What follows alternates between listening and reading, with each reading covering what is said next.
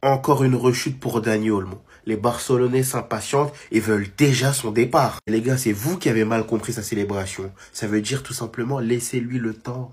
Laissez-lui le temps de reprendre ses marques, de travailler physiquement. Lui, il n'a pas eu le droit à cet entraînement physique d'Hansi Flick en début de saison. Tout comme Pedri, tout comme Gavi, il va s'entraîner l'année prochaine. Il va revenir en pétard, c'est moi qui vous le dis. C'est encore un élément fragile, je vous l'accorde. Mais si tu regardes sur la globalité, sur le peu de matchs où il était présent, il a fait le boulot à chaque fois. Donc s'il vous plaît, stop cette ingratitude, stop d'être pressé à chaque fois, de vouloir des résultats tout de suite. On a des joueurs sur le banc qui font largement le boulot. Firmine, il est rentré, t'as pas vu la diff. Donc ça vous coûte quoi d'attendre qu'il revienne de blessure, que l'année prochaine, il prenne ses marques physiquement, Hansi Flick, il le voit, tout ça aussi. Je vous assure qu'un Dani Olmo, il y en a très peu d'indices comme ça. Très peu. Donc, les Barcelonais qui veulent son départ parce qu'il rechute. En plus, c'est même pas de sa faute. Si tu vois les contacts qu'il a, c'est des contacts où les gens, ils veulent l'assassiner la plupart du temps. C'est malheureusement les risques des joueurs qui sont très agiles, balle au pied, qui gardent le ballon, qui sont à l'aise techniquement. J'ai pas de doute. Il va revenir en pétard. Je vous le dis, soyez patients. Voilà mes Barcelonais. Une saison très compliquée pour Dani Olmo qui malheureusement enchaîne les blessures et qui l'empêche malheureusement de trouver de la régularité. Attendez, bougez pas, je vous explique. Alors Dani Olmo devrait être absent 2 semaines. L'objectif est de l'avoir de retour pour le match contre Dortmund en LDC. Certains vont dire ça va, 2 semaines c'est pas beaucoup, mais vous oubliez le calendrier qu'on a et qu'on joue tous les 3 jours. Quand tu regardes la réaction de Flick au moment de la blessure qui crie shit, tu vois direct que ça le fait chier. Sachant que Flick accuse le calendrier. Parce qu'on n'était pas censé jouer jeudi pour lui. Même Gavi qui pendant la blessure baisse les bras. Ah les gars, les réactions sont normales. Perdre un joueur dans un moment aussi important de la compétition, franchement on peut que s'énerver. Olmo se serait blessé suite au contact avec le gardien. Cette saison les gars, il aurait manqué 3 matchs à cause de l'inscription et 13 à cause des blessures. C'est énorme. En 21-22 c'était 17 matchs. En 22-23 c'était 20 matchs. En 23-24 c'est 25 matchs. Et pour l'instant il en est à 13. Franchement les gars, c'est tellement dommage qu'Olmo ne puisse pas enchaîner. Mais on va pas se mentir les gars qu'on a l'habitude. Toute la saison c'était comme ça. J'espère vraiment que Flick trouvera un programme pour réparer Olmo. Pablo Torre et Pau Victor. 2 joueurs qui bossent depuis le début de saison et Pablo Torre qui bosse depuis des années. Parce que lui, c'est pas la première fois qu'il est envoyé en prêt, qu'il revient, qu'il joue un peu, qu'il est envoyé en prêt. Enfin bref, mais cette saison pourrait être la saison de trop. Hier, ça nous a fait plaisir de voir Pablo Torre et à chaque fois qu'il joue, on remarque tous qu'une chose, c'est qu'il mérite plus de temps de jeu. Mais malheureusement, au Barça, c'est pas évident. À partir du moment où à ton poste, t'as Firmine ou bien même Gavi, Olmo et encore, il se blesse beaucoup. C'est un peu compliqué de trouver des minutes. À chaque fois qu'il rentre, il arrive toujours à faire quelque chose. Hier, c'est lui la passe clé sur Fermin Lopez, qui ensuite l'envoie à Lewandowski. Mais franchement, les gars, vu le peu de temps de jeu qu'il a, on sait tous qu'il en réclame beaucoup plus. Moi, j'ai un peu peur d'en départ cet été. Parce que je ne vois pas comment ils vont réussir à le convaincre. Encore pour Victor, je m'en fais pas trop. Il a prolongé jusqu'en 2030 si je me trompe pas. Donc en vrai, il y a le temps. Les minutes qui ont été données hier à Pau Victor ou Pablo Torre sont très importantes. Car ça leur permet de se rattacher au projet et pas se sentir exclus. Et j'espère qu'il en donnera beaucoup plus au vu du calendrier chargé. Parce qu'il le mérite. Simplement, comme je vous l'ai dit, pour pas les détacher du projet. Pour qu'ils se sentent légitimes de célébrer les trophées en fin de saison.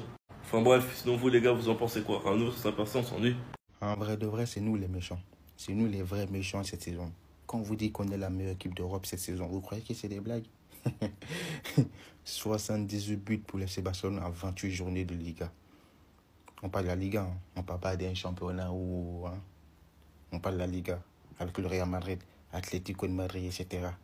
136 buts au total cette saison pour l'FC Barcelone. Meilleure attaque du championnat et meilleure attaque d'Europe. Meilleure attaque d'Europe, les gars. Pendant que certaines personnes essaient de nous faire croire que c'est leur équipe, là, qui est la meilleure équipe d'Europe. Les gars, maintenant ça c'est bien, hein, c'est bien tout ça, là. Mais il faut ramener un trophée. Ah oui, un vrai trophée. Genre la Liga, la Ligue des Champions. On a déjà pris la Super Coupe d'Espagne. On est en demi-finale de la Coupe d'Espagne. Voilà, il faut ramener la Liga ou la Ligue des Champions. Parce que sinon, si c'est bien beau de marquer ça, si tu fais tout ça et que tu n'as pas de trophée à la fin, ça ne sert à rien. Ça ne sert absolument à rien. Voilà, maintenant, il faut ramener un vrai trophée. Et on attend la Liga. Et la Champions League, pourquoi pas. Les gars, je pense qu'on est tous d'accord là pour dire que Ansu Fati au Barça, c'est terminé. Parce que là, je comprends plus, franchement, qu'est-ce qui se passe. Il y a des photos qui montrent que Ansu Fati s'est levé pour aller s'échauffer. Il s'est échauffé pendant 20 minutes sur le bord de la piste avec les Pablo Torre, avec les Lewandowski, avec Gérard Martin. Il joue aux entraînements, c'est bizarre, il est toujours dans l'équipe gagnante aux entraînements, il est toujours dans des photos en train de sourire. Mais les gars, je ne comprends pas ce qui se passe. Non, mais sérieusement, là, les Barcelonais, je vois que toute la communauté est unie et tout le monde se demande en fait qu'est-ce qui se passe avec Ansu Fati. Tu vois ce que je veux dire? Les gars, je vous jure que la vérité, c'est que ce n'est pas la faute d'Hansi Flick. Parce que je vois des gens dire que c'est Hansi Flick. Écoutez, dans un club, c'est le coach qui décide, oui. Mais il y a autre chose, les gars. La vérité, c'est qu'il y a quand même autre chose. C'est que Ansu Fati, les gars, finalement, il n'a pas réussi à s'imposer à Brighton. Et là, au Barça, n'oubliez pas, c'est le 3e ou le 4e meilleur salaire. Je vous ai fait une vidéo ici sur ma chaîne, les gars, allez regarder. Mais finalement, les gars, je pense qu'Ansu Fati, là, le club veut faire pression sur lui. Surtout que pendant l'hiver, il n'a pas voulu quitter. Là, il paye un petit peu les frais. Mais les gars, ça fait mal, wesh, tu vois, ça fait trop mal. Il n'a pas joué une minute.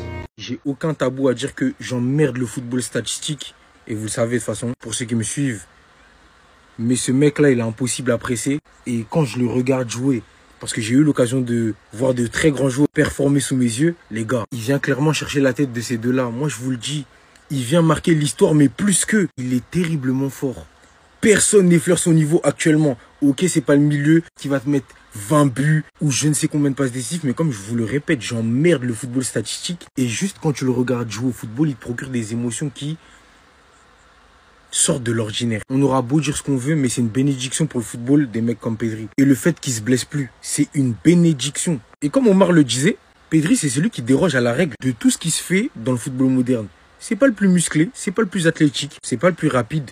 Mais quand il touche le ballon, il se passe quelque chose. Va savoir comment. Il est en décalage sur les autres. Il a un temps d'avance sur les autres. Et comme je le répète, il est impressable. C'est impossible de lui prendre la balle, les frères. Il a du Verratti, il a du Iniesta, il a du tout. Moi, j'aime trop les joueurs comme ça.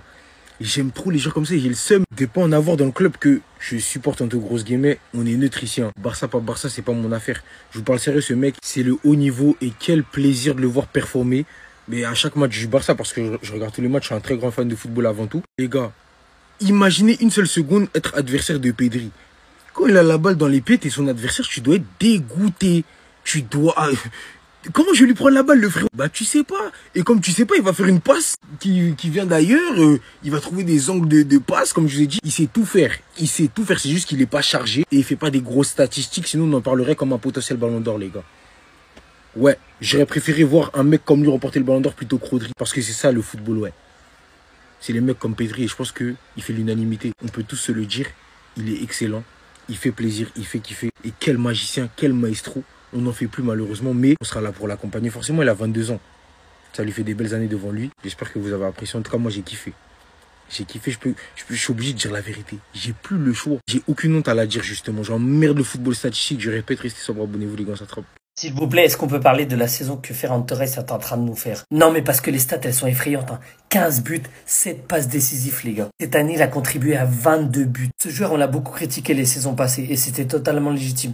Mais cette année, il fait une saison exceptionnelle. Aujourd'hui, il a encore impliqué sur le but contre Osasuna avec une action collective exceptionnelle avec Frenkie de Jong, dédoublement, il est à la finition. J'ai qu'une chose à dire, Ferran Torres continue comme ça parce que là, actuellement, t'es en train de gagner tout notre respect. Le joueur n'était pas attendu, il répond présent, c'est ce qu'on veut. Ah, ce football en 2025, qu'est-ce que ça va vite. Des retournements de situation à gogo. On parlait de Rafinha en tant que ballon d'or il y a quelques semaines de cela. Aujourd'hui, c'est le nom de Pedri qui ressort le plus. Vous savez pourquoi? Parce que les gens se sont enfin décidés à aller regarder les matchs du Barça. Pour désigner Pedri comme ballon d'or, il faut tout simplement regarder les matchs. C'est pas un mec qui fait des stats ou quoi que ce soit. Non, c'est un mec qui illumine le jeu. Un match contre le Rayo, contre Girone, contre Villarreal, tu prends du plaisir. Parce qu'il y a un individu comme ça. Et moi, honnêtement, en 2025, en 2026 ou en 2027, ce qui me ferait plaisir, c'est qu'un milieu du Barça prenne ce ballon d'or. Iniesta n'a pas eu la chance d'avoir ce ballon d'or, pas parce qu'il était faible, parce qu'il était à côté des très grands, des grands noms. Et le milieu, aussi fort soit-il, si tu as des joueurs comme Messi ou Cristiano, c'est quasiment impossible de prendre ce ballon d'or devant eux. Là, on est dans une génération où c'est beaucoup plus ouvert pour les milieux de terrain. Rodri l'a eu, pourquoi pas Pedri? Pourquoi pas? Alors attention, avant qu'on déforme mes propos, je suis toujours propagande Rafinha. Je veux qu'il gagne ce ballon d'or parce que pour moi, c'est cette année ou jamais pour lui. Et à l'avenir, pour la prochaine cérémonie, un Pedri, pour récompenser le travail qu'il fait, le soutien qu'il apporte à ses coéquipiers, je ne dis pas non. Et vous, vous en pensez quoi? Quel plaisir de le revoir. L'un des petits qu'on aime le plus, l'un des minots qui aime le plus le Barça dans cet effectif. Il revient des croisés. En fait, il y en a qui semblent oublier dans ses ennemis, dans ces gens-là qui lui font un pressing. Parce que, ouais, il est revenu avec un petit but contre Bilbao, il me semble, en demi-finale. Il nous a dit, attendez qu'il retrouve son niveau. Parce qu'il y en a que vous voulez pas le présenter comme un joueur technique. Vous croyez qu'à 17 ans, on va pas en sélection en n'étant pas technique? Bref, on met ça à côté. Vous oubliez qu'il revient de blessure. Ligament croisé. Eder Militao a rechuté. Vous savez le nombre de joueurs qui rechutent ou qui retrouvent pas leur niveau après ça? Militao, il a une rechute. Neymar, il a pas eu ça. Il a du mal à revenir. C'est pas tout le monde qui arrive à avoir cette grâce-là. Hein. En fait, un milieu de terrain, c'est pas censé avoir des stats.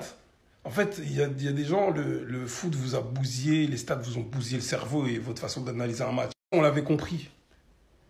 Et c'est souvent des madrilènes. Parce que avant ce banger de Bellingham qui climatise le Barça, celui qui tient le mitard lors de ce classico-là l'année dernière à domicile, Gavi, il met tout le monde dans la poche, et les Kroos, et les Modric, et je sais plus qui. On sait très bien que la Hate Watch, elle a commencé ce jour-là.